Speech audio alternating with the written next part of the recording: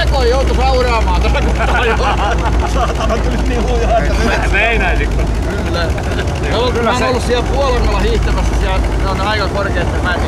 Joskus mäkin luulin, että mä oon niin kova poika, että mä lasken sen mäen siitä, mutta kyllä auravat tarvii. Tuntuu, että kaarteesta heittää pihalla, kun tuli niin helvetin lujaa.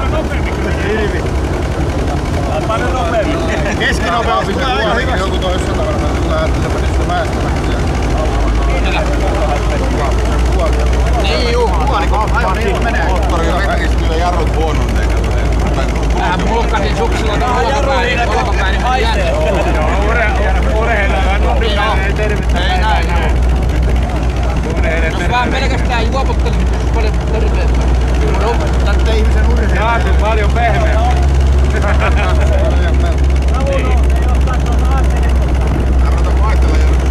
Ihan iso mänty kaatanut sielläkin.